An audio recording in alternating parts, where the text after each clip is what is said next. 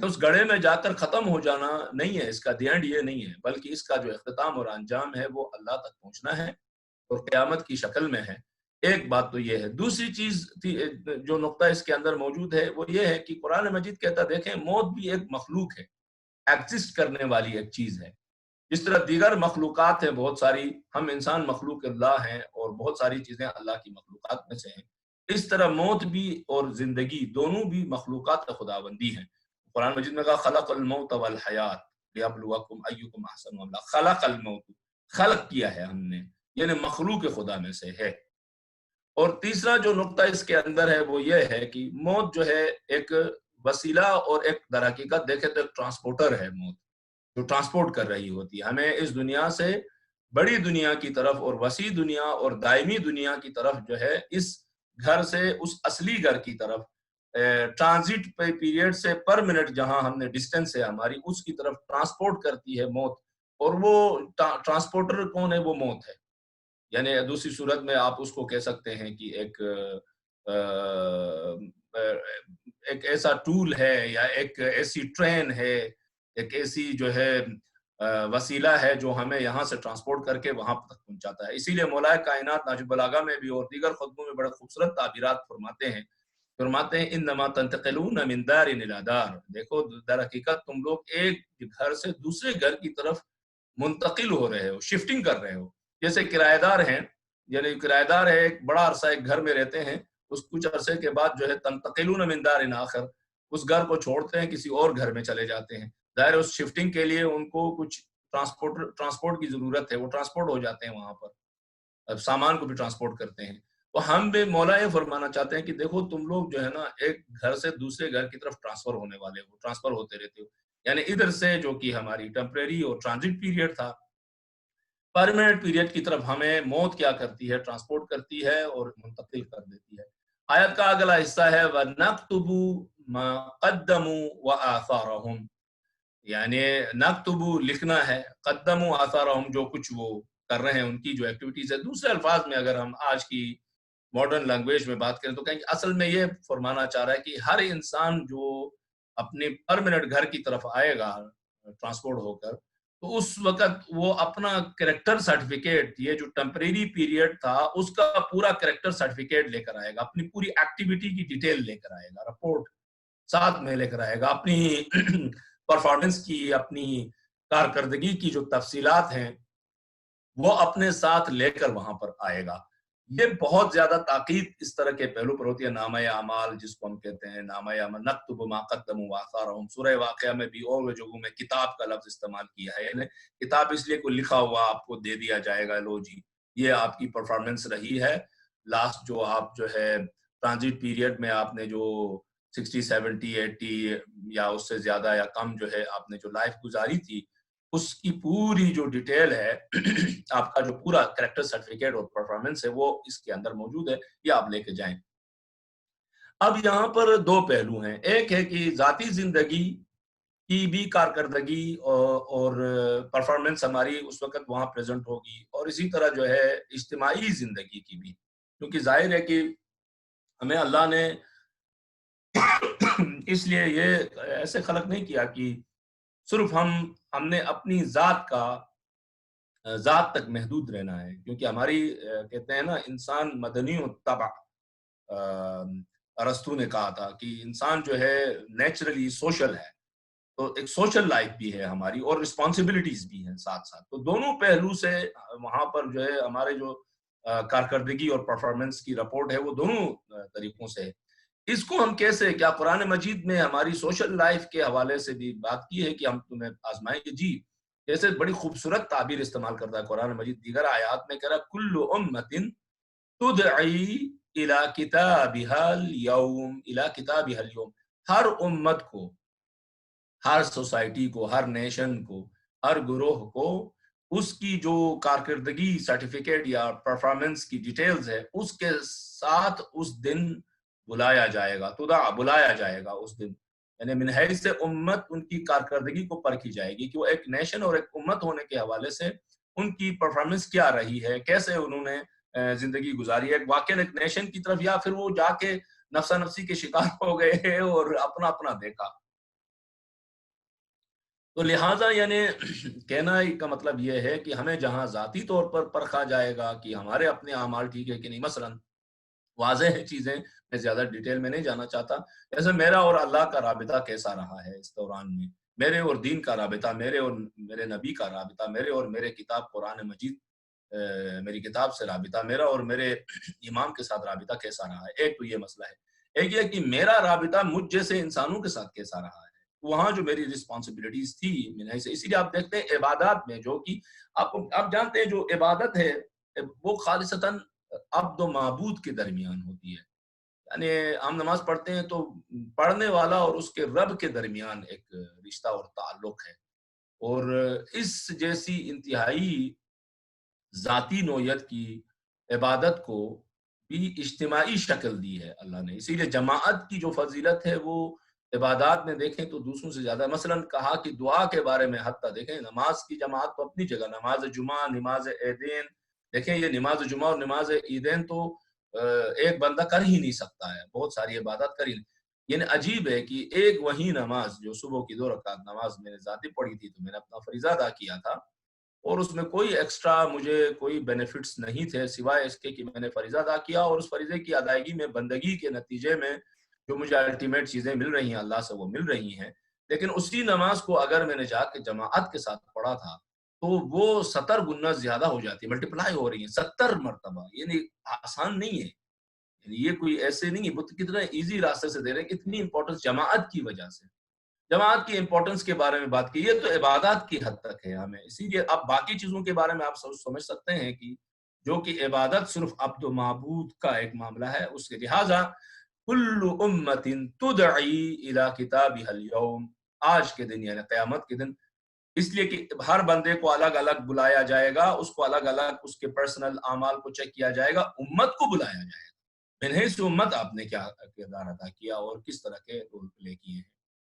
اور دوسرا جو ایک چیز ہے یہ ہے کہ موت کے بعد بھی اگرچہ حساب و کتاب کا عمل براہ راست ختم ہو جاتا ہے انسان کا دنیا سے، لیکن کچھ اعمال انسان کے ایسے ہیں جو مرنے کے بعد بھی یا تو اسے وہاں پر تکلیف پہنچا رہے ہوتے ہیں، یعنی اس کے جو کارکردگی رپورٹ ہے اس میں نیگیٹیوٹی ہے کو مینشن کرتے جاتے ہیں، مزید ایڈ کرتے جاتے ہیں، یا پھر حسنات کو ایڈ کرتے ہیں، جس کو کہا گیا حسنہ جاریہ، سنت جاریہ، سیئہ جاریہ۔ حسنہ جاریہ کا مطلب یعنی کنٹینیو رہنے والی، مسلسل تسلسل کے ساتھ رہنے والی، یعنی اگر کوئی ایسا کام یہاں کرتا ہے وہ اس ٹرانزٹ پیریڈ میں، اس شارٹ ٹائم میں جو یہاں آیا ہے جرنی کے اندر، اگر وہ کوئی ایسا مثبت کام انجام دیتا ہے کہ اس کا فائدہ اس کے مرنے کے بعد بھی اللہ کے بندوں کو پہنچ رہا ہے، تو وہ اس کو وہاں پر بھی اس کا اجر ملتا رہتا ہے۔ اسی طرح اگر کوئی بری بنیاد ڈال کے جاتا ہے، بری کسی چیز کی بنیاد ڈالتا ہے، غلط کوئی کام کر کے جاتا ہے، اور اس کی ظاہر ہے کہ اس کا تسلسل بھی وہاں پر، جیسے کہا اولاد صالح کا، علم نافع، صدقہ جاریہ وغیرہ وغیرہ، تو تفصیل میں زیادہ ڈیٹیل میں ہم نہیں جاتے۔ آیت کا اگلا حصہ ہے وَكُلُّ شَيْءٍ أَحْصَيْنَاهُ فِي إِمَامٍ مُبِينٍ، یعنی ہم نے ہر چیز کو امام مبین میں درج کیا ہے، یا دوسرے الفاظ میں امام مبین کے پاس ہر چیز کا ریکارڈ ہے، امام مبین کے پاس ہر چیز ریکارڈڈ ہے۔ دو قسم کے اس میں تفاسیر کے پہلو آتے ہیں، ہم علمی ٹرمنالوجی میں کہتے ہیں تفسیر مفہومی، تفسیر مصداقی، بہرحال اس ٹرمنالوجی کو صرف آپ کے تبرکاً عرض کیا۔ نمبر ایک یہ ہے کہ مطلب یہ کہنا چاہ رہے ہیں ہر چیز لوح محفوظ میں ثبت اور ریکارڈڈ ہے، جہاں پر ہر کسی کے اعمال کو ریکارڈ کیا جاتے ہیں، جیسے مثال کے طور پر قیامت کے دن کہا جائے گا ہمیں ھذا کتابنا ینطق علیکم بالحق، کہہ رہے ہیں وہ یہ ہے جو آپ لوح محفوظ میں آپ کے ریکارڈڈ ہیں ہر چیز، یہ پکڑو، لے لو اس کو، یہ اپنے ہاتھ میں لے لو۔ اسی طرح جو ہے قرآن مجید کو کہا گیا کتاب مبین، یہاں پر لفظ آیا امام مبین، یعنی جو قرآن صامد ہیں اسے کہا گیا کتاب مبین، اور دوسرے الفاظ جو قرآن ناطق ہے اسے کہا گیا امام مبین، دونوں مبین ہیں کیونکہ دونوں ثقلین ہیں، تو مبین ہونے میں بھی اشتراک رکھتے ہیں، یعنی یہاں امام مبین سے جو مصداقی مراد ہے وہ امامت کا تسلسل ہے، جس کا جو ہے اعلان مختلف انبیاء کو آزما کے اللہ تعالیٰ نے وہ اعلان کیا یا وہ منصب اسے عطا کیا۔ ہمارے حضرت ختمی مرتبت جو ہے اگرچہ جو ہے من الابتداء یعنی ابتدا سے ہی نبی اور امام دونوں تھے، اور اس کے بعد امامت کا تسلسل شروع ہو گیا، یعنی کل شیء احصیناہ فی امام مبین، یعنی ہم نے ہر چیز کو امام مبین میں درج کر کے رکھا ہے، اس کے پاس ریکارڈ ہوتی ہیں، یعنی امام مبین ہے جو آپ کی ہر چیز کے ذمہ دار ہیں اور ہر چیز اس کے پاس آتی ہے۔ صرف شب قدر میں نامہ اعمال نہیں پہنچتے امام کے پاس، مقدرات و تقدیر صرف شب قدر کے اندر امام کے پاس طے نہیں ہوتی، سال بھر کی مقدرات کی، اس سال کیا ہونا ہے شب قدر میں جبریل امین و فرشتے اتر کر امام کے پاس ریکارڈ کرتے ہوں ہر شخص کے حوالے سے، مقدرات کی بات ہو رہی ہے۔ یہ نہیں ہے کہ صرف اور صرف یہ جو امام مبین ہے یہ صرف آپ کو اس دنیا کے اندر امامت تک محدود ہے، یہ بھی نہیں ہے، بلکہ یہ امام مبین کے پاس تمہارے نامہ اعمال ریکارڈ رہیں گے۔ یہ ریکارڈ کہاں پر آئے گا؟ قیامت کے دن۔ قیامت کے دن کیا ہو؟ قیامت کے دن یہ ریکارڈ تمہیں پیش کرے گا، وہ تمہارا امام کہے گا کہ یہ تمہارا ریکارڈ ہے، اور وہیں کیونکہ امام مقسم ہوگا اور تقسیم کرنے والا ہوگا، یعنی دوسرے الفاظ میں ہر کسی کو اس کا نتیجہ دے دے گا، اور رزلٹ دینے کے بعد کہے گا کہ اب رزلٹ، تمہارے رزلٹ میں تمہیں کیا چیز ملنے جا رہی ہے، اس چیز کی کو ڈیفائن کرے گا وہی امام۔ لہٰذا اس دنیا میں بھی اور اس دنیا میں بھی اس امام مبین کے پاس تمہاری دونوں چیزیں۔ کچھ روایات ہیں، ہم نے شروع سے تفسیر میں روایات کو براہ راست زیادہ پیش کرنے کی کوشش نہیں کی تاکہ ہم فکری طور پر ادھر ادھر زیادہ نہ چلے جائیں، الا یہ کہ آپ لوگوں کی طرف سے کوئی سوال اور اس کی وجہ سے اگر ہم چلے گئے ہوں کہیں پر، تو اس لیے یہاں پر کچھ روایات کو ذرا ہم نقل کرنا چاہیں گے کہ اللہ کے رسول نے فرمایا، جب اللہ کے رسول سے پوچھا گیا کہ یا رسول اللہ امام مبین کون ہے؟ طویل حدیث ہے، اور اس میں جو ہے حضرت عمر، حضرت ابوبکر، حضرت عثمان بھی وہاں تشریف فرما تھے، اور دیگر بھی بڑے جلیل القدر دیگر صحابہ بھی وہاں پر موجود تھے۔ ان اصحاب نے امام سے، اللہ کے رسول سے سوال کیا کہ امام مبین کون ہے؟ کافی طویل جو ہے یہ حدیث ہے، جو دونوں کتابوں میں فریقین کے اندر، اور دلچسپی ہے کہ سیاہ ستہ میں موجود ہے، اہل سنت بھائیوں کے اور ہماری بھی اسی طرح جو ہے کافی اور من لا یحض الفقیہ جیسی اہم کتابوں میں موجود ہے یہ روایت۔ فرمایا کون ہے یہ جو امام مبین ہے جس کے پاس ہر چیز، ہر انسان کے اعمال کا ریکارڈ اس کے پاس ہے اور ہر چیز اس کے اندر موجود ہے بہرحال؟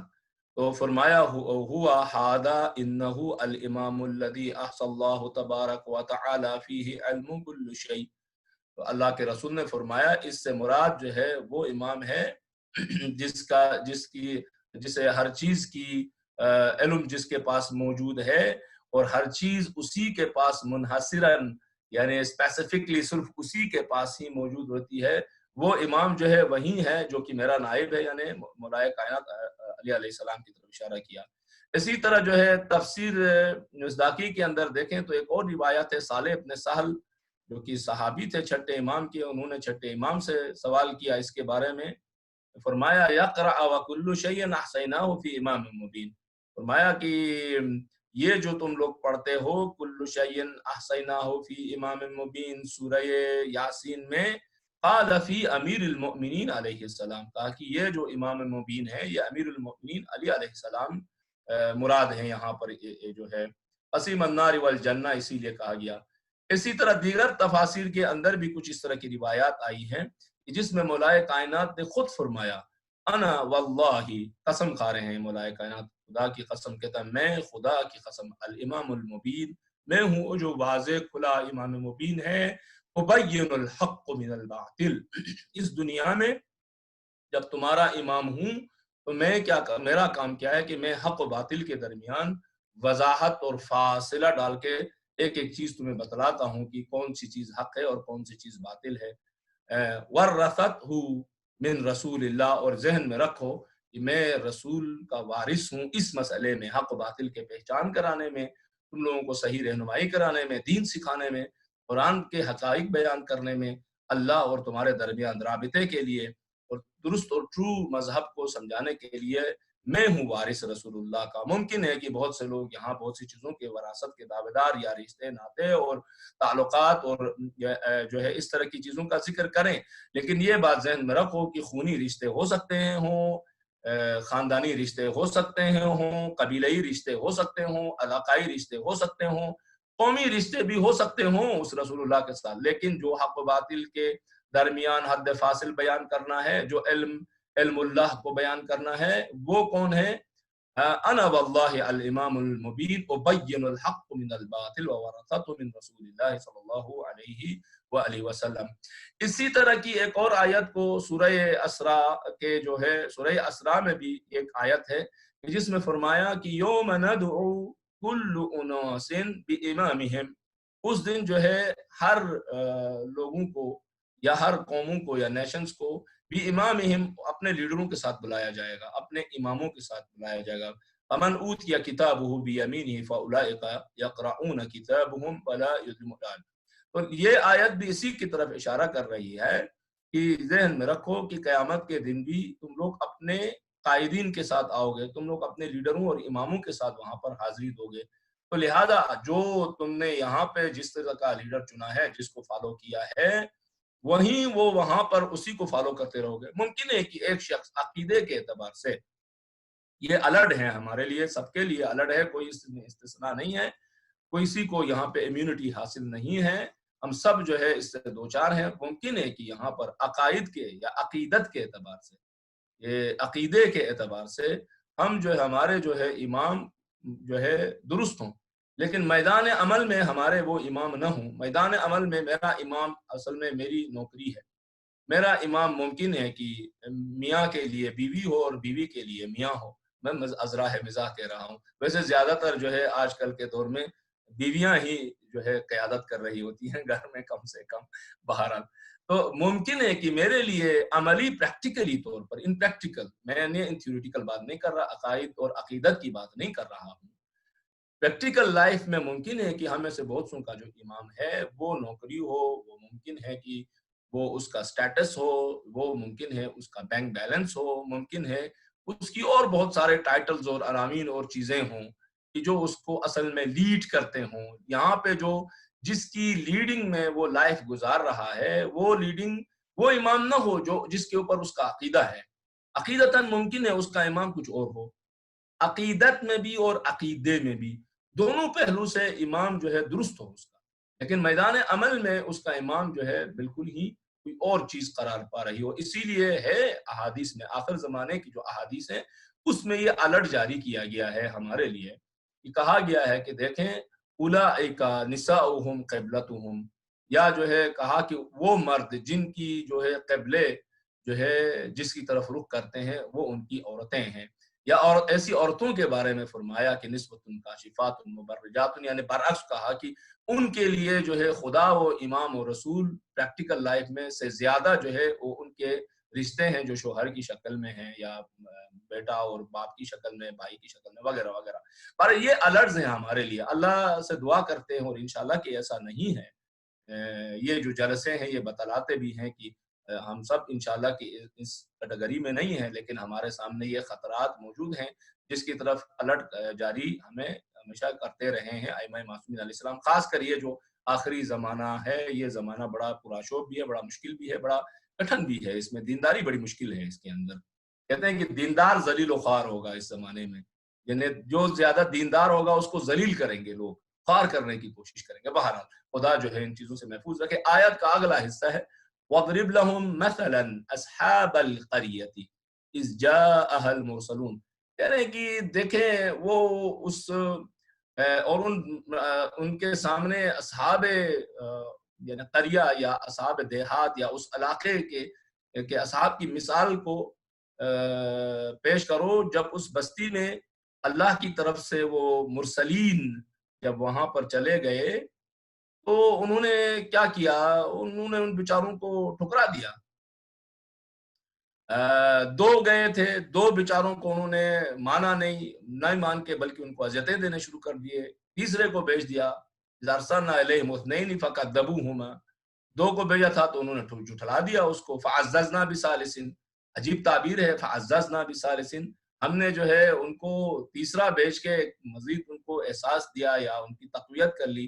وقالوا انا الیکم لمرسلون، انہوں نے کہا بھئی ہم تو تمہاری طرف اللہ کی طرف سے بھیجے گئے ہوئے ہیں، ہم تو خود سے نہیں آئے ہیں، کسی قوم قبیلے سے دائیں بائیں سے تمہارے یہاں بستیوں میں آباد ہونے یا ہڑپ کرنے کے لیے نہیں آئے ہیں۔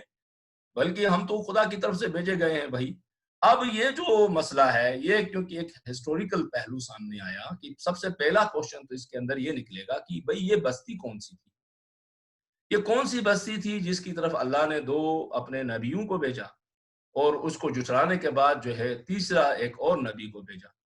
اس سے پہلے کہ ہم یعنی بہت مختصر کی وہ کریں گے، ہسٹوریکل بات کریں گے، اور ایک طویل مکالمہ ہے 5 امام حضرت امام محمد باقر صلوات اللہ وسلامہ علیہ اور مشہور ترین صحابی، کہ میں ان کا نام لینے کے بجائے ان کی دعا کی طرف اشارہ کروں گا کہ آپ لوگ خود سمجھ جائیں گے۔ دعائے حضرت ابو حمزہ سمالی، تو آپ لوگوں نے سنا ہوگا، آپ اسی سے اندازہ لگا لیجئے کس سے گفتگو، کس کے اور کس کے درمیان مکالمہ ہو رہا ہے۔ حضرت ابو حمزہ سمالی حضرت امام محمد باقر علیہ السلام سے پوچھ رہے ہیں اور یہی سوال کرتے ہیں کہ یہ جو قریہ ہے وضرب لہم یہ اصحاب القریہ، یہ کون ہے بھائی؟ آپ فرماتے ہیں یہ ہمارے اصول کافی میں اور دیگر احادیث میں طویل سی گفتگو ہے، تو میں اس کا ایک خلاصہ آپ کے سامنے پیش کرتا ہوں۔ آپ نے فرمایا کہ اللہ نے 2 نبیوں کو انطاکیہ شہر کی طرف روانہ کر دیا۔ انطاکیہ اب کہاں ہے؟ تھوڑی دیر کے لیے اب چلتے ہیں۔ یونان ہے، گریس، یعنی یونان کا ایک قدیم شہر ہے جو دریائے آسی کہتے ہیں یا پتہ نہیں دریائے نیچیس، پتہ نہیں نیچیس، بہرحال اس کے قریب واقع ہے یہ شہر واقع تھا۔ آج تو اس کے آثار ہیں، ظاہر ہے کہ جغرافیائی طور پہ تو وہ جگہ اپنی جگہ موجود ہے، اور اس کا کچھ حصہ اس وقت ترکی میں ہے، اسی لیے ترکی میں آج بھی ایک شہر ہے انطاکیہ کے نام سے، ترکی کے اندر انطاکیہ کے نام سے شہر موجود ہے۔ تو اس کا جو اصل علاقہ تھا وہ کیا تھا؟ یونان کے اندر۔ اچھا، 2 نبیوں کو انطاکیہ بھیجا، امام فرماتے ہیں انہوں نے برا سلوک کیا، اس کی وجہ تھی کہ وہ ان کو پہچان نہ پائے، معرفت حاصل نہ کر سکے۔ دوسرے الفاظ میں دیکھیں، پہچان نہ سکے، آئی ڈی کارڈ فلان یہ نہیں، یعنی وہ جو نبیوں نے جب جا کے وہاں کہا کہ ہم نبی ہیں اللہ کی طرف سے، تو انہوں نے معرفت نہیں تھی، انہوں نے قبول نہیں کیا کہ تم لوگ نبی ہو، اور ان کو بند کر دیا ایک ایسے جیل میں جو بت خانہ تھا، جہاں پر بتوں کی پرستش اور اس طرح کی جو مختلف دیگر جو مشرکانہ جو خدا بنے ہوئے تھے، ان کو وہاں پر جو ہے بند کر دیا لے جا کے۔ اللہ نے تیسرے فرد کو بھیجا، تیسرے جو ہے پیغمبر کو بھیجا۔ خلاصہ کرتا ہوں، وہ آئے شہر میں اور اس نے پہلے ہی کہہ دیا کہ بھائی مجھے اپنے بادشاہ تک پہنچا دو۔ بہرحال بادشاہ کے سامنے پہنچایا گیا، انہوں نے بادشاہ کے سامنے کہا کہ میں اللہ کا بھیجا ہوا نبی ہوں، اس سے پہلے بھی 2 نبی آئے تھے، آپ نے ان کو سزا دی ہے۔ بادشاہ نے اسے بھی اٹھا کے جیل میں بھیج دیا۔ جیل میں یہ ایک بڑی عرصے تک جیل میں رہے، یہ کچھ عرصہ انہوں نے جیل میں گزارا، اور جیل کے اندر انہوں نے آپس میں ایک پلاننگ کر دی کہ بھائی ہم باہر آئیں گے تو انہوں نے تو ایک دم سے ہمیں ماننا نہیں ہے، پہلے ہمیں کچھ ایسے کام کرنے پڑیں گے آہستہ آہستہ کہ یہ لوگ جو ہے تھوڑے سے اس حد تک مینٹلی پریپیئر ہو جائیں کہ ہماری بات سننے کے لیے تیار تو ہو جائیں۔ تو بات سننے کے لیے تیار نہیں ہے، تو میٹنگ کے لیے نہیں آنا چاہتے ہیں، یہ تو ہمارے ساتھ گلی میں کھڑے ہونے کے لیے تیار نہیں ہے، تو اب کیسے یہاں پر سچ اور جھوٹ کا بات کیا جائے، ان کو کنونس کیا جائے؟ تو پہلے کچھ ایسا کرو کہ کچھ کنونس ہو سکیں، یہ قوم جو ہے ہماری بات سن لیں کم سے کم، پھر ہم آگے بڑھیں گے۔ اب انہوں نے یہاں سے شروع ہوتا ہے ایک اور مرحلہ۔ ہمارے پاس ٹائم بہت کم ہے، بس میں بھی اینڈ کر رہا ہوں اور ایک فاتحہ بھی پڑھنی ہے انشاءاللہ تعالی۔ کہ پہلا کوشچن یہ ہے کہ اس قریے کے لوگوں نے ٹھکرایا کیوں ان کو؟ یہ پہلا سوال ہے، اہم ترین سوال یہ ہے۔ نبیوں نے کیا کہا؟ قالوا ما، انہوں نے جواب دیا قالوا ما انتم الا بشر مثلنا۔ جب انہوں نے کہا بھائی ہم اللہ کی طرف سے بھیجے گئے ہیں، تو اب ان کی طرف سے ٹھکرانے کی دلیل کیا بنی کہ تم اللہ کی طرف سے نہیں ہو؟ وہ کیا کہنے لگے؟ قالوا ما انتم، دیکھو بھائی بات سنو، تم لوگ بھی سوائے ہم جیسے انسانوں کے جو ہے نا، کچھ نئی چیز تو تم لوگوں میں ہے نہیں۔ وما انزل الرحمن من شیء، اور ہمیں نہیں لگتا ہے کہ اس رحمان نے جو ہے نا کوئی چیز بھیجی ہو، تم لوگ خود آئے ہو، تم ہمارے جیسے ہی ہو، دیکھنے میں بھی، چال ڈال میں، ہر چیز لحاظ میں، سوتے بھی ہو، اٹھتے بھی ہو، کھاتے پیتے بھی ہو، تو کچھ ڈفرینس تو نہیں ہے اور ہم تم میں، تو یہ نہیں لگتا کہ اس رحمان کی طرف سے تم لوگ آئے ہو۔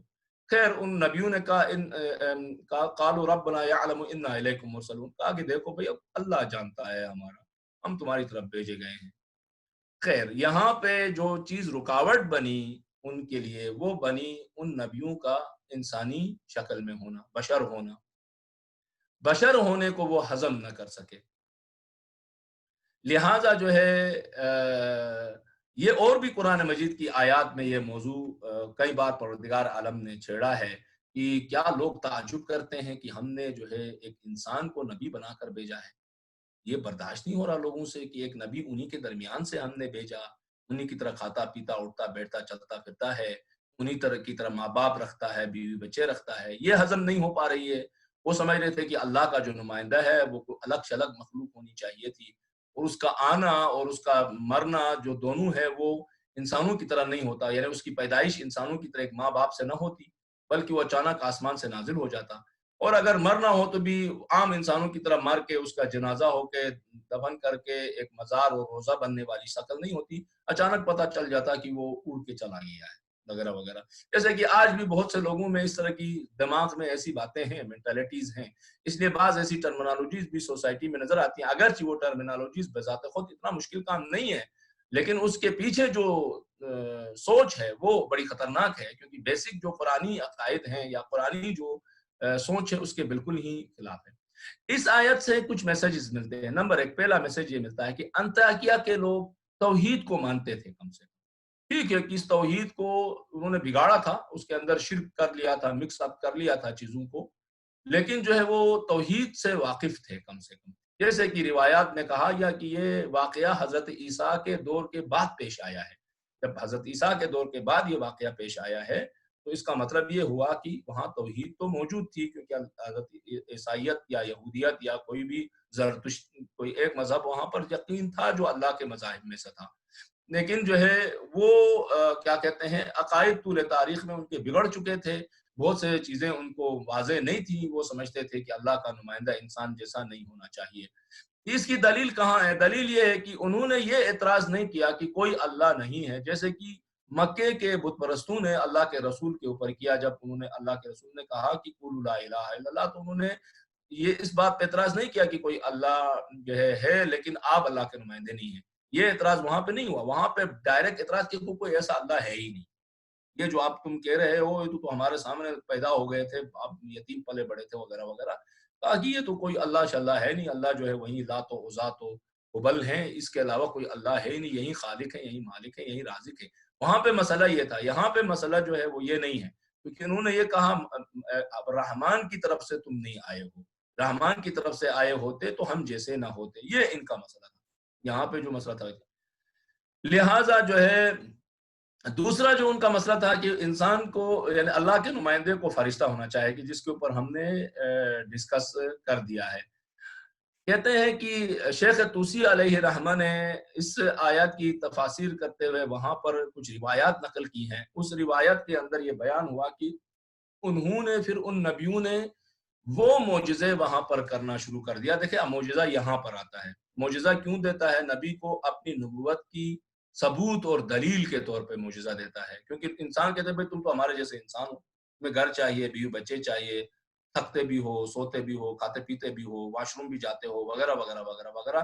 چوٹ لگتی ہے تو خون بھی نکلتا ہے، درد کا احساس بھی ہوتا ہے، اولاد کا محبت بھی تمہارے اندر موجود ہے، وہی انسانی جذبات اور انسانی جو سارے ایلیمنٹس ہیں وہ موجود ہیں. تو مشکل ہے ہمارے لیے کہ ہم ایکسیپٹ کریں کہ آپ میں اور ہم میں کچھ ڈفرینسز ہیں اور آپ اللہ کا نمائندہ ہو تو آپ کے پاس کچھ اسپیشلٹیز ہونی چاہیے. اس وقت جو ہے معجزے علم لدنی اور معجزے سے کام لیتے ہیں. انبیاء کہتے ہیں اچھا ٹھیک ہے، دیکھیں میں کچھ ایسے کام کر سکتا ہوں جو آپ میں سے کوئی بھی نہیں کر سکتے ہو. تو ان نبیوں نے بھی حضرت عیسیٰ علیہ السلام والے معجزے اس بستی انطاکیہ کے اندر کرنا شروع کر دیا. یعنی وہ کیا تھے؟ نمبر ایک، جیسے بیماریوں، ایسی بیماریوں کا علاج جو اس وقت لا علاج تھی. یہیں جو برس کی بیماری ہے یا طاعون کی بیماری ہے یا اندھا پن ہے، یعنی وہ جو بالکل اندھے ہو چکے ہیں یا وہ جو بہرے ہو چکے ہیں، اس اندھے پن کو آنکھیں دینا، بہرے پن جو ہے قوت جو ہے سماعت واپس آ جانا، یا مردے کو زندہ کر دینا. عیسیٰ علیہ السلام جو ہے ثبوت کے طور پر بیان کرتے تھے کہ مردوں کو زندہ کرتے تھے. تو ان نبیوں نے بھی وہاں پر ان کے سامنے کہا دیکھو ہم کرتے ہیں کہ ہم اللہ کی طرف سے، لو آپ ہم ایسے کام کرتے ہیں جو یقین آ جائے. یہ جو معجزہ ہے یہ اصل میں نبیوں نے کیوں دکھانا شروع کر دیا؟ آپ دیکھیں سے ہی انہوں نے معجزے سے کام لینا شروع نہیں کیا، بلکہ معجزے کو اس وقت بیان کرنا شروع کر دیا جب معجزے کی ضرورت پیش آئی. لہٰذا میری گزارش ہوگی کہ بعض اوقات ہم مشرق و مغرب، شمال و جنوب، ادھر ادھر بعض ایسی باتیں سننے کو ہمیں ملتی ہیں کہ فلاں جگہ پہ یہ کرامت ہو گیا، حلوے کے اوپر پنجہ آ گیا، علم سے دودھ ٹپکتا ہے. یہ دیکھیں خرافاتی باتوں کی طرف نہ جائیں آپ. معجزہ جو ہے نا، ما یعجز عنہ الناس، معجزہ وہ ہے کہ جس کو کوئی چیلنج نہیں کر سکتا ہے، جس کی کوئی کاپی نہیں ہو سکتی ہے، جس کو جو ہے کوئی اور بندہ سیکھ کے کر نہیں سکتا. یہ علم وراثی ہے، نہ علم تدریسی.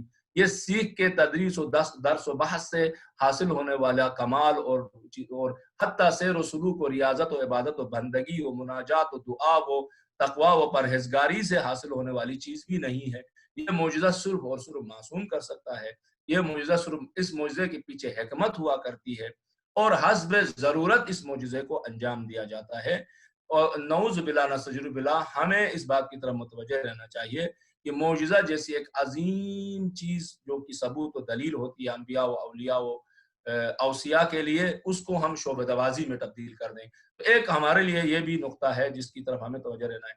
ان نبیوں نے کہا اس کے بعد کا، دیکھو بھائی ہم نے پروف کر دیا کہ ہم اور تم میں دیکھنے میں بہت سارا مشترکات موجود ہیں، لیکن اصل میں نہ آپ ہم ہیں نہ ہم آپ ہیں. عربی کا وہ شعر میں نے اکثر بار میں پڑھتا ہوں اور کئی بار میں نے پڑھا ہے، آپ لوگوں کو یاد ہو، کہ جس میں کہتے ہیں محمد بشر ولیس کالبشر، محمد یاقوتۃ والناس کالحجر. یہ ذہن میں رکھو کہ یہ اللہ کے رسول بشر ہونے میں تو آپ کی طرح ہی بشر ہیں، لیکن ذہن میں رکھو یہ آپ جیسے بھی نہیں ہیں. دکھنے میں آپ جیسے لگتے ہیں لیکن آپ جیسے ہیں نہیں ہیں. اس کو سمجھنا چاہتے ہو تو شعر کا دوسرا مصرع کہتا ہے، دیکھو ایک پتھر جو ہے نا، پتھر ہونے میں پتھر ہے، ایک عام سا پتھر بھی پتھر ہے، ایک یاقوت بھی پتھر ہے، عقیق بھی پتھر ہے.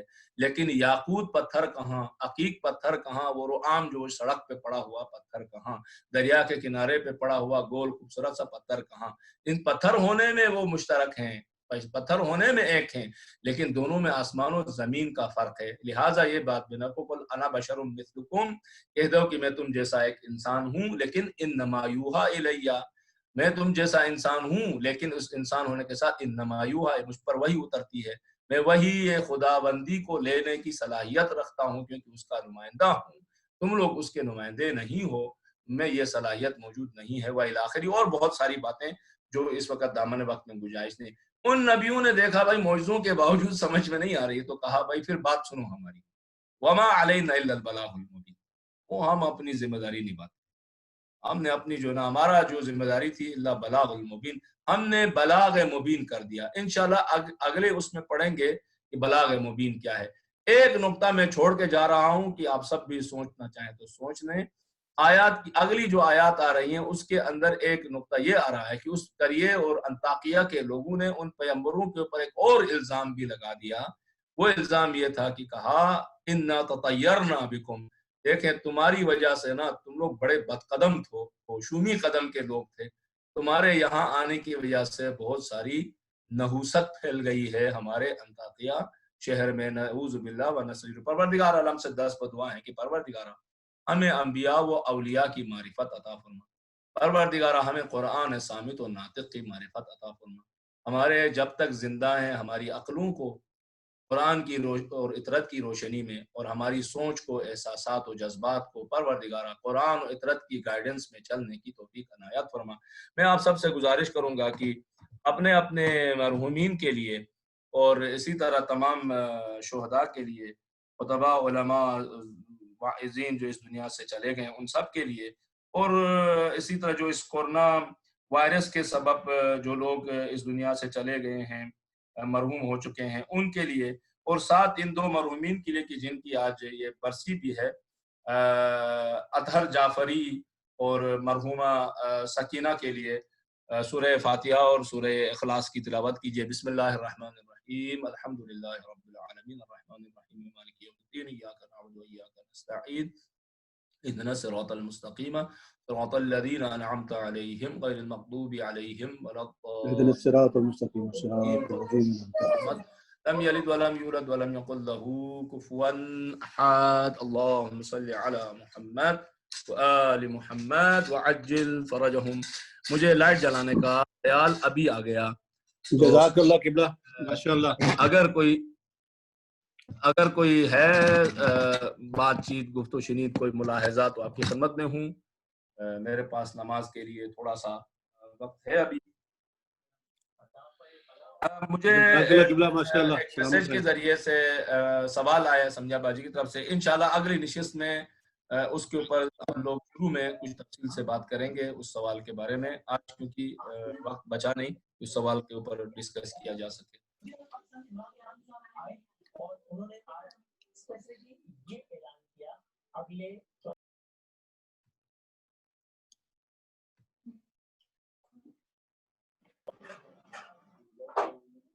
جزاک اللہ شکریہ.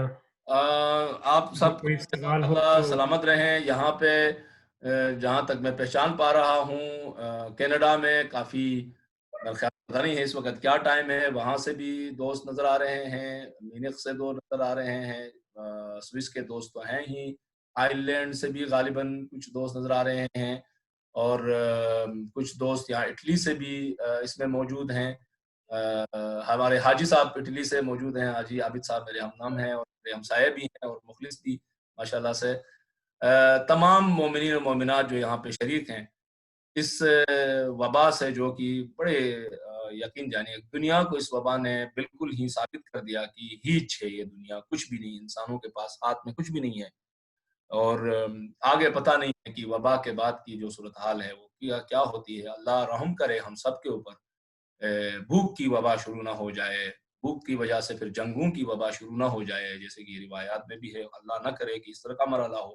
پروردگارہ تیرے حضور خاضعانہ, عاجزانہ, ذلیلانہ, حقیرانہ التجا کرتے ہیں پروردگارہ کہ اپنے حبیب اور اس کی پاک آل کے صدقے میں, قرآن مجید اور سورہ یاسین کے صدقے میں, پروردگارہ جس امام مبین اور کتاب مبین کا تذکرہ ہے اس کے صدقے میں, پروردگارہ عالم انسانیت سے اس وبا کو دور فرما, خاص کر امت مسلم اور بالاخص پروردگارہ مومنین سے اس وبا کو دور فرما, اور دائیں بائیں مشرق و مغرب و شمال و جنوب میں جتنے بھی مومن بستے ہیں ان کو اپنے حفظ و امان میں جگہ عطا فرما, اپنے در عقل حسین میں جگہ عنایت فرما. جو جن کی نوکریاں جا رہی ہیں, معیشت کے مسائل پیدا ہو رہے ہیں, پروردگارہ ان کو بہترین راستے عطا فرما, اور وبا کے مقابلے میں, اس بیماری کے مقابلے میں اس کے بعد کے جتنے سخت مراحل اگر آ جاتے ہیں تو پروردگارہ ہمیں صابرین و شاکرین میں سے قرار دے, صبر و استقامت کے ساتھ, بصیرت کے ساتھ جو ہے پروردگارہ اپنی زندگی اور دوسروں کے لیے, اپنی بہتر زندگی اور دوسروں کی بہتر زندگی کے لیے کوشش کرنے کی توفیق عطا فرما. تو قادر مطلق ہے پروردگارہ, تیرے بندے جو ہے اس وقت پریشان ہیں, کہ تیرے حقیر بندے ہیں, ہم ذلیل ہیں, تیری قبضے قدرت میں ہر چیز ہے, ہمارے ہاتھ میں کچھ بھی نہیں ہے. ہم جو کچھ کوشش کر رہے ہیں, ہمارے ڈاکٹر کر رہے ہیں, سائنٹسٹ کر رہے ہیں, تحقیقات ہو رہی ہیں, تو پروردگارہ تیرے عطا کردہ جسم و علم و فہم و فراست و عقل اور وسائل کے ذریعے سے ہو رہے ہیں. تیرے قبضے قدرت میں اگر تو چاہے تو پروردگارہ ایک معمولی سے ہوا کے ذریعے سے, ایک فضا کے ذریعے سے, ایک بارش کے قطرے کے ذریعے سے اس وبا کو دور کر سکتا ہے.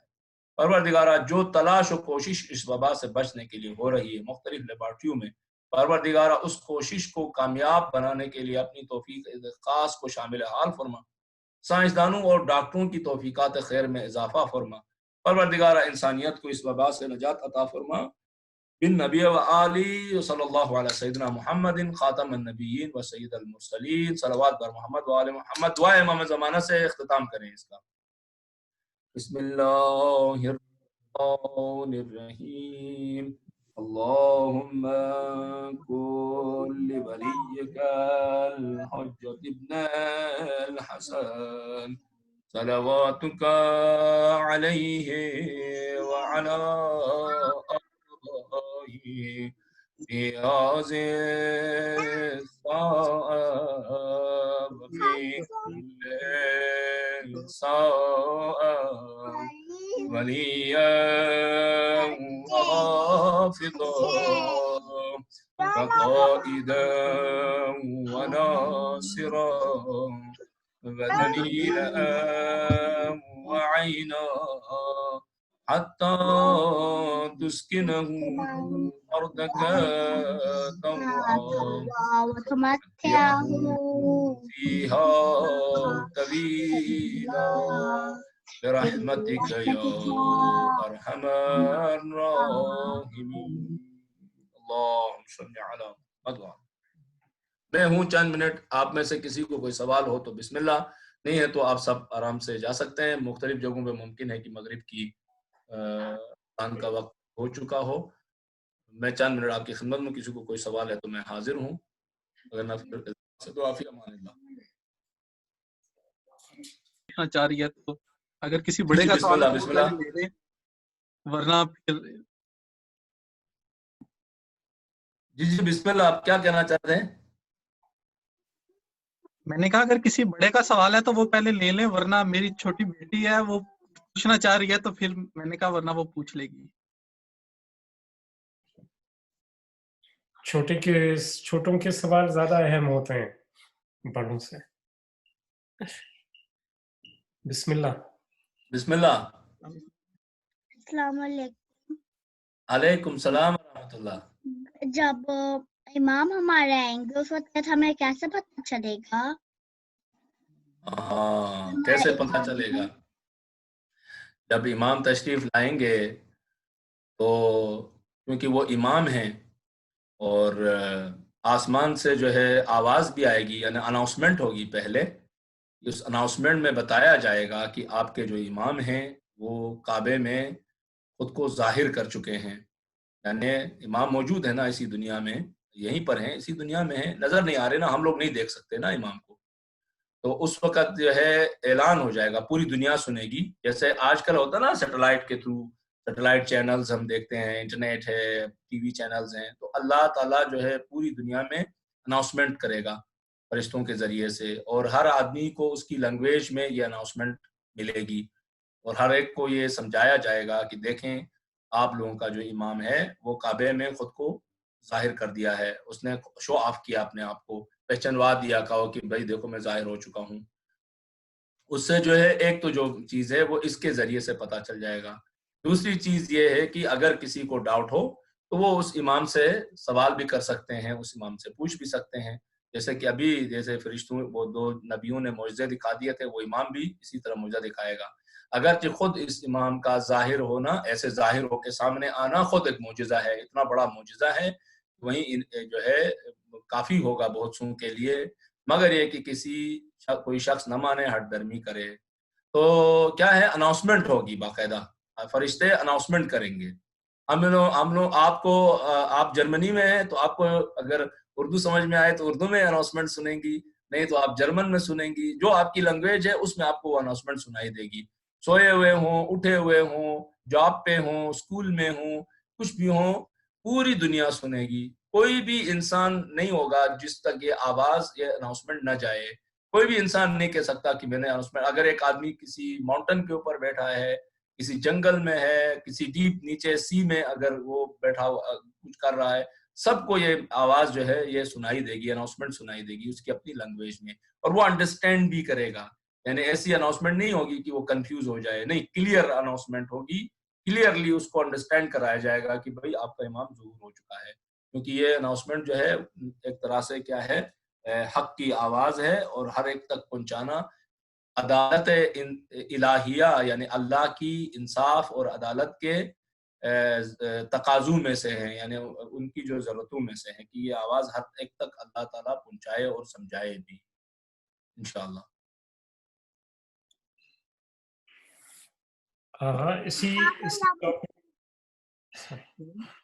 جی بیٹا، مولانا بہت شکریہ، سلامت رہیں، آپ کو آباد رہیں انشاءاللہ. آغا اسی ٹاپک کو لیتے ہوئے ہماری حدیثوں میں یہ بھی ہے کہ کاؤنٹر اناؤنسمنٹ ہوگا، اس سے کنفیوژن پیدا ہوگی. تو اس کنفیوژن سے اپنے آپ کو بچانے کے لیے جی دیکھیں، جیسے کہ آج بھی اس میں کیا علماء کا کوئی رول ہوگا کنفیوژن سے بچانے کے لیے؟ تو یہ ڈیفینیٹلی دیکھیں، آج بھی جیسے آپ دیکھتے ہیں کہ کچھ سچ کی جو آواز ہے اس کے مقابلے میں غلط پروپیگنڈا بھی ہے.